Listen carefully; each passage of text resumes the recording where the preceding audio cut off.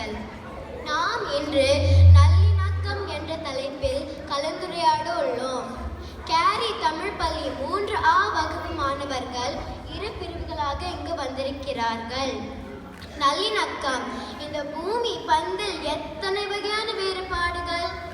ஏற்றம், தாழ்வு, கடல், மலை, பள்ளம், மேடு, சமதளம், அப்பப்பா சொல்லி முடியாது.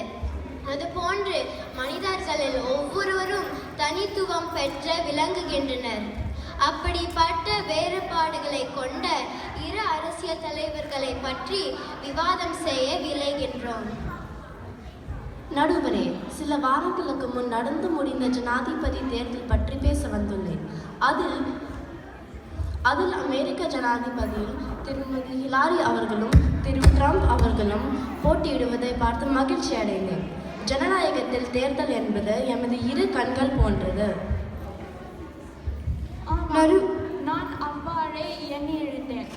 ஆனால் அதில் ஒரு வேட்பாளர் எதற்கெடுத்தாலும் நான் குறிப்பிட்ட ஒரு சில மக்களை நாட்டை விட்டு வெளியேற்றுவேன் என்று பிரித்தாலும் சூழ்ச்சி கொண்டு ஜனாதிபதி ஆக விளைகிறார். இதனை எப்படி ஜனநாயகம் என்பது? நடுவரே, நாங்கள் வேற்றுமையில் ஒற்றுமை என்பதையே எங்கள் தாரக மந்திரமாக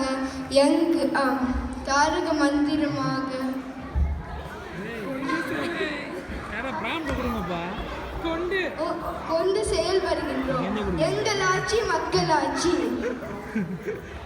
இதனை நீங்கள் பொறுத்திருந்து பாருங்கள். எங்களிடமும் ஆட்சியை தந்து பாருங்களேன்.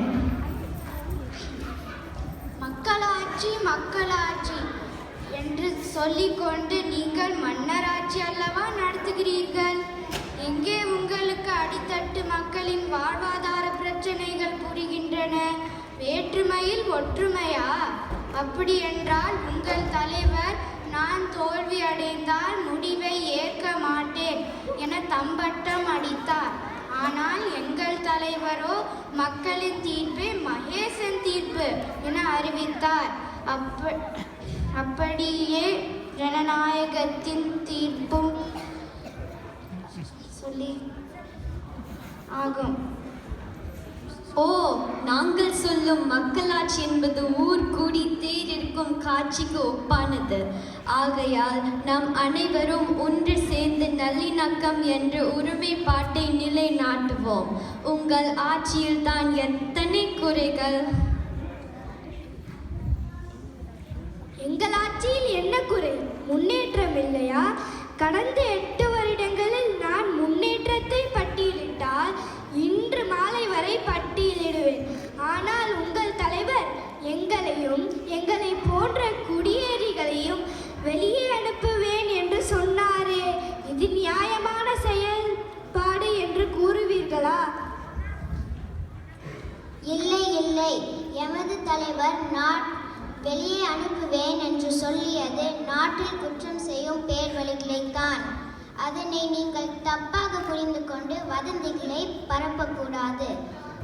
உங்கள் தலைவர் முற்காலத்தில் அரசுக்கு முக்கியமான மின்னஞ்சல் தகவல்களை தனக்கு சொந்தமான கணினியில் தரவிறக்கம் செய்துள்ளார். இதற்கென்ன பதில்? மின்னஞ்சல் விவகாரத்தை ஒப்புக்கொள்கிறேன். என் தலைவரும் தவறை ஒப்புக்கொண்டார். ஆனால் உங்கள் தலைவரின் பேச்சில் அதிகார போக்குதான் தெரிகிறது. அவரது ஒவ்வொரு வார்த்தைகளும் எளிய மக்களை புண்படுத்துவதாகவே உள்ளது. குற்றம் செய்யும் பேர்வழிகள் இங்கு உள்ளார்கள் என்றால் அவர்களை குற்றவாளியாக்கியது யார்? அதனை கண்டுபிடிப்பதை விட்டு அவர்களை நாட்டை விட்டே விரட்டுவேன் என்று சொல்வதில் என்ன நியாயம்? ஒரு ஆட்சி என்றால் நல்லது கெட்டது இருக்குதான் செய்யும் நடுவர் அவர்களே. எல்லாவற்றையும் சரியாக செய்துவிட முடியுமா? எதிர்நியனர் செய்யாத குற்றங்களா? எனக்கு முன் பேசிய நண்பர் சொல்வதை கேட்டு எனக்கு சிரிப்பதா அல்ல அழுவதா என்று தெரியவில்லை. ஏனென்றால் அவர் சாமானிய மக்களுக்கு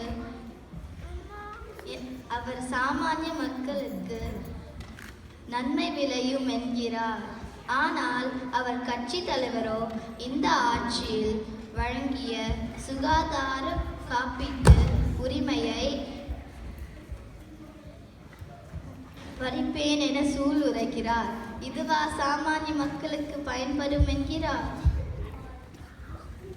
இது அவையில் குறிக்கப்பட வேண்டிய உரை. ஆட்சியாளர்கள் என்பவர் மக்களுக்கு பயன்பட வேண்டும் என சட்டங்களை இயற்ற வேண்டும். எங்கள் கட்சி நாட்டு மக்களுக்கு நன்மை செய்யும் என நான் ஆணித்தரமாக உறுதியளிக்கிறேன். எதற்கு வீண் விவாதம்? வர முன்னரே பயந்தால் நான் என்ன செய்ய முடியும்? நடுவர் அவர்களே, நல்லிணக்கம் என்ற தலைப்பில் எதிரணியினர் தான் வேற்றுமையில் விதைத்துகிறார்கள். தோல்வி பயத்தில் நடுங்குகிறார்கள். எமக்கு எவ்வித பயமும் இல்லை. எனக்கு முன்பாக பேசிய நண்பர் தோல்வி பயத்தில் இருக்கிறோம் என்றார். போட்டியில் வெற்றியும் தோல்வியும் வீரனுக்கு ஒன்றுதான். அதை பற்றி நாங்கள் கவலைப்படவில்லை.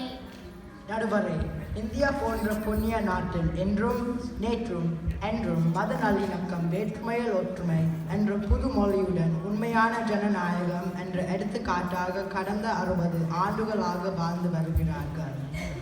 எங்கள் தலைவர் நல்லவர், வல்லவர். சாதாரண மக்களுக்கு நிறைய நன்மைகள் செய்துள்ளார்.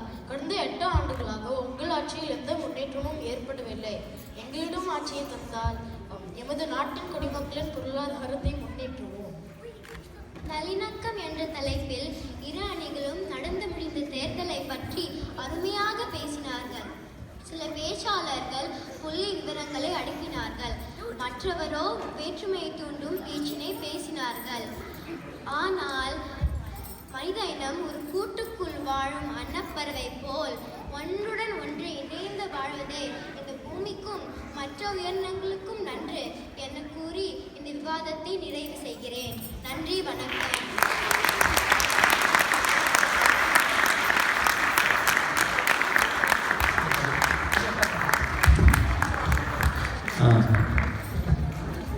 பங்கேற்ற மாணவர்கள்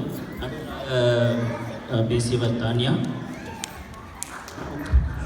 ஊர்மிளா, காவியா, அச்சுதா, பூர்வஜா, ஆர்த்தி, சஹானா, ஆர்வி, ஸ்ருதி, பிரவீன், வருண், அம்ரிதா, சஷாந்த், அவனிஷ் and Akshaya.